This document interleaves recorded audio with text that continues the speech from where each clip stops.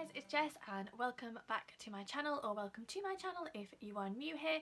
Today I'm going to be taking part in the full-time Cozy Time book tag, and I was kindly tagged in this by Julie from A Girl and a Book, and this is just a tag all about the season of autumn or fall, and although you could probably question whether it is still autumn here in the UK, I wanted to join in with it anyway. We're on the tail end of autumn going into winter, so I've grabbed a hot chocolate, I've grabbed my books, and I'm going to be reading the questions off my tablet because I'm like an old person and I can't see if I'm on my phone, so let's just jump straight in.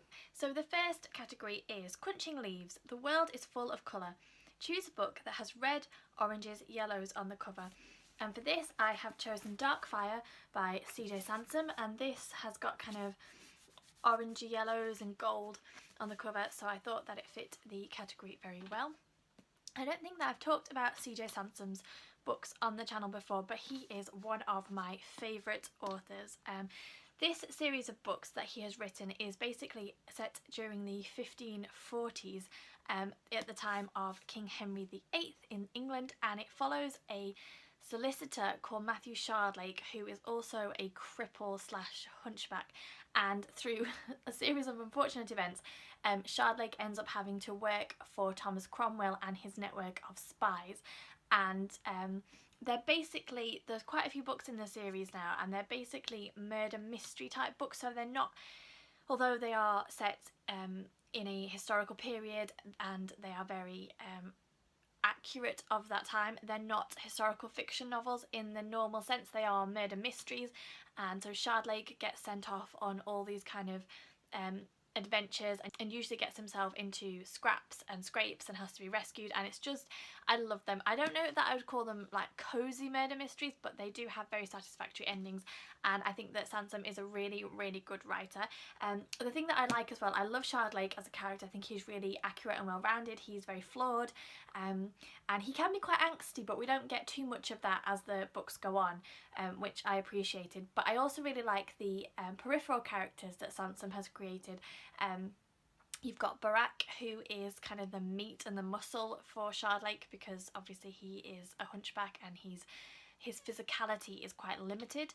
And then you have Dr. Guy, who is a Moorish doctor trying to explore new ways of medicine in the city, but he's met with a lot of suspicion and questions from local people, and so there are all these kind of external storylines that take place alongside the main thread of the story, which are also just really enjoyable and help to flesh out the book that you're reading. So I really like them. The first book, this is the second book in the set. I think the first book is called Dissolution, but I don't actually have it anymore because I lent it to someone and they didn't return it to me.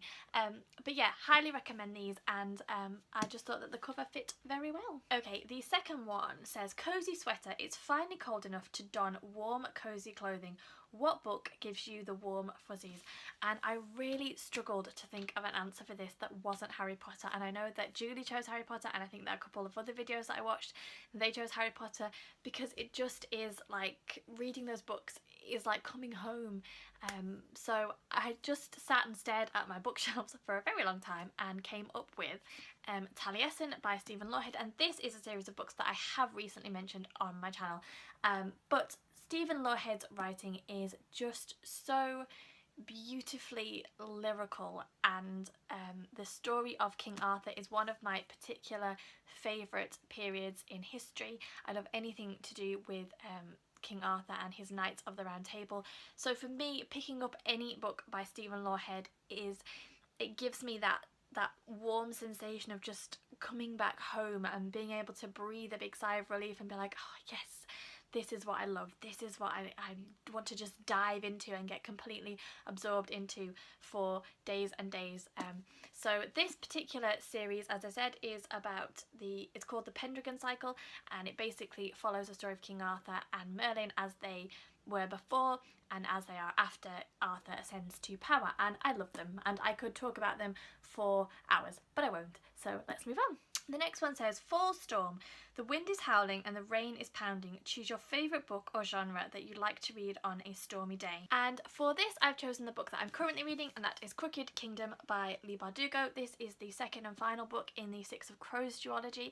And the thing that I'm loving about this, apart from the fact that the weather outside is exactly stormy, it's windy, it's horrible and cold and wet, the thing that I love about days like that is I really just want to lose myself in a fantasy book, but not just any fantasy book. I like dark fantasies for this time of year where the characters are a little bit morally questionable and you get kind of those rich, evocative, steamy moments in the books where you're like, oh, this book is just totally ticking all those boxes. It's just brilliant to pick up when the rain is hammering down and it's horrible outside and you think, you know what, I'm not going to do anything, I'm just going to sit and read my book.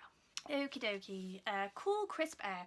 What's the coolest character you'd want to trade places with? And again, I really wanted to pick Luna Lovegood from Harry Potter because she's just my heart sister, but I have tried to go for something a little bit different, but not too different, because I have been banging on about this series for the past couple of months, and that is Vin from the Mistborn trilogy by Brandon Sanderson. This is the Final Empire. This is the first book, and I just think that having the ability to be a Mistborn and an Allomancer would just be the coolest thing ever. Like, to be able to be in this tiny little frame but have this immense power would just be so cool.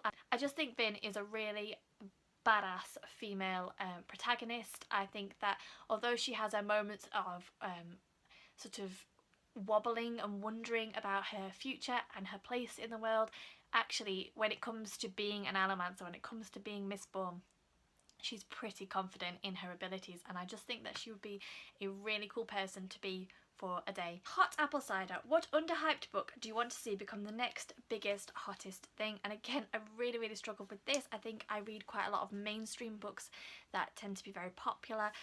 So I picked Stephen Lawhead again, but I chose this time his retelling of the Robin Hood story. This is a trilogy, so there is Hood, which is the first one, Scarlet the second one, and Took the third one.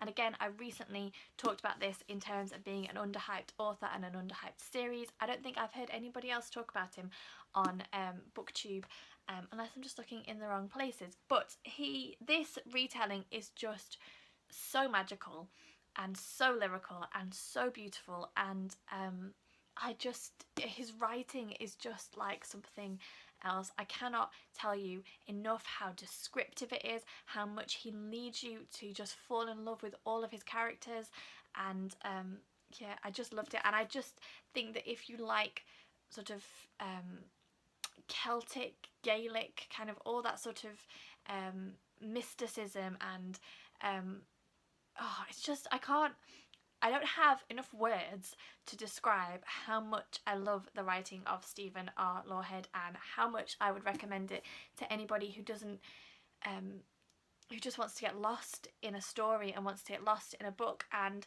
they're not particularly fast-paced books. There are battle scenes and there are times of kind of heightened emotion and all that kind of thing, but they're not like these fast-paced books. He just leads you on this wonderful retelling journey of the story of Robin Hood, and I just adored him, and I just think that you should all read this book. Coats, scarves and mittens. The weather has turned cold and it's time to cover up. What's the most embarrassing book cover you own that you like to keep hidden in public? Okay, so I'm a massive Robin Hobb fan, and in particular the Farseer trilogy. That is no secret, but I own several of those books in the most ugliest covers that I have ever seen. The majority of the Robin Hobb books that I own, I display in a little section of my bookcase, and you can see them all, and they look like this, and they are beautiful and kind of metallic and just really lovely. So that one is Fool's Assassin, and that one is Fool's Quest, and they're just two of the newer ones, but they are beautiful and shiny and just beautiful. But unfortunately, when I was ordering some of them from Amazon when I first bought them, I got sent a couple that looked like this, and I just think that they are just, compared with the other covers, they're just really ugly, and I will actually replace these at some point, but I need to be sure that I'm actually going to get the nicer covers. Obviously it doesn't take away from the enjoyment of the story at all, but compared with the other covers, these ones just don't float my boat. Pumpkin spice. What's your favourite fall-time comfort foods? We use our slow cooker a lot during autumn. We make a lot of kind of hearty, meaty meals like casseroles and stews and soups and that kind of thing. I'm all about the easy life, so call it a slow cooker, you call it a crock pot. Sticking everything in and then turning it on and leaving it and not having to think about it until the end of the day is just perfect. So we love that, and obviously hot chocolate. Yeah, I'll just live on hot chocolate for the next 4 months until the weather gets warmer again. So they're kind of my go-to fall autumn things. And then the final tag says warm cozy bonfire, spread the cozy warmth, who do you tag? And as I said, it's not technically autumn anymore, so I'm just going to tag anybody who has watched this and wants to join in with it. And if you do join in with it, then please do leave me a comment with a link to your video down below and I will go and check that out. But for now, thank you for watching. I hope that you've all had a wonderful day and I will see you all soon.